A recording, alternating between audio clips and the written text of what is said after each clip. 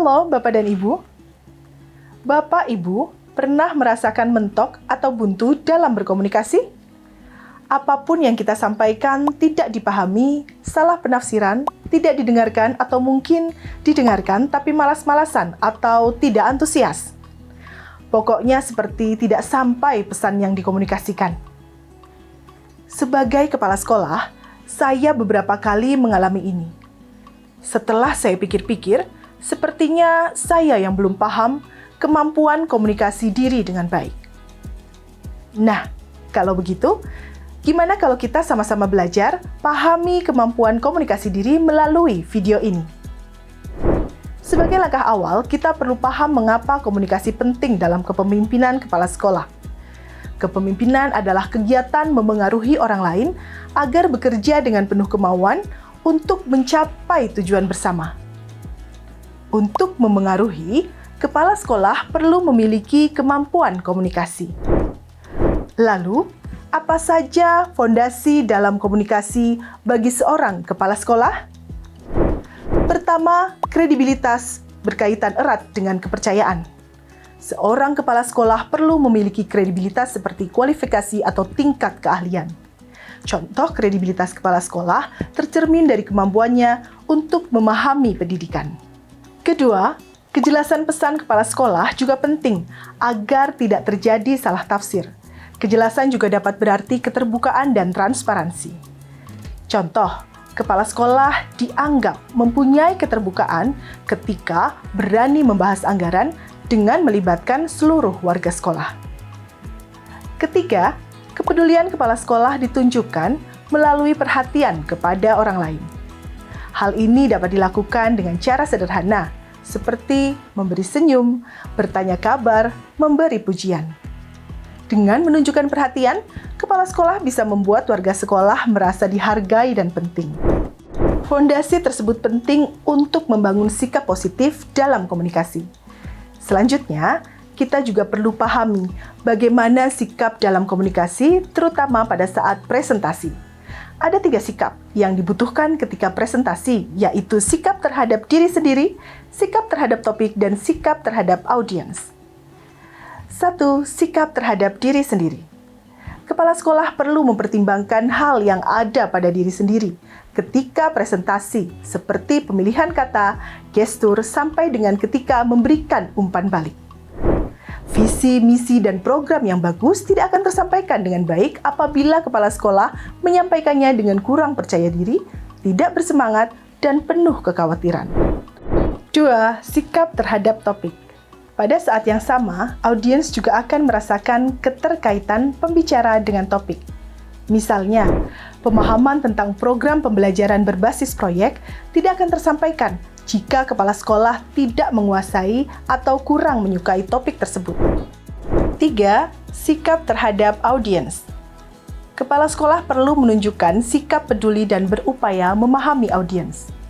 Visi, misi, dan program tidak akan tersampaikan jika kepala sekolah mengabaikan audiens ketika presentasi.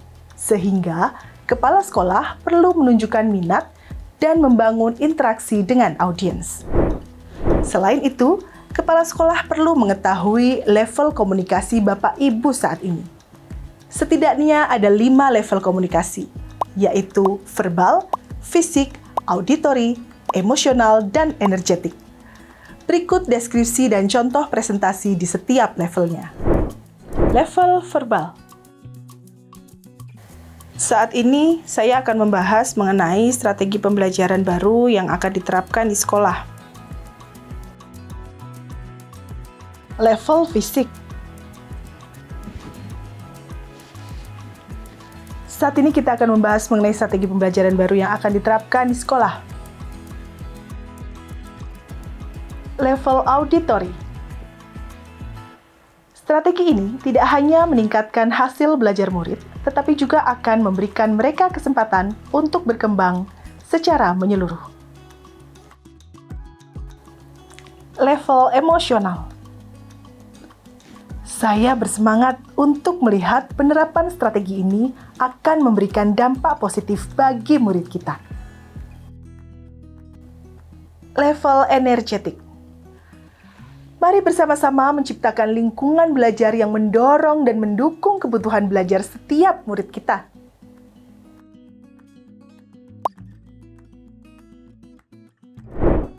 Terlihat ya Bapak Ibu, perbedaan dari 5 level komunikasi tersebut. Kira-kira mana yang paling menarik bagi audiens? Tampaknya semakin bersemangat akan semakin bisa menarik perhatian audiens ya. Sekarang, sampailah kita pada bagian akhir. Bagaimana kita sebagai kepala sekolah merefleksi level komunikasi yang dimiliki saat ini?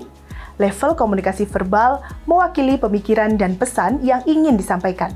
Renungkan level fisik, auditori, emosional, dan energetik untuk menganalisis cara Bapak Ibu mengemukakan pikiran. Apakah Bapak Ibu saat ini masih sekedar menyampaikan pesan secara verbal atau sudah mampu menularkan energi antusiasme pada audiens? Bagaimana meramu level komunikasi yang tepat? Setiap level komunikasi tentu saling memengaruhi. Misalnya, keadaan emosi akan memengaruhi bahasa tubuh.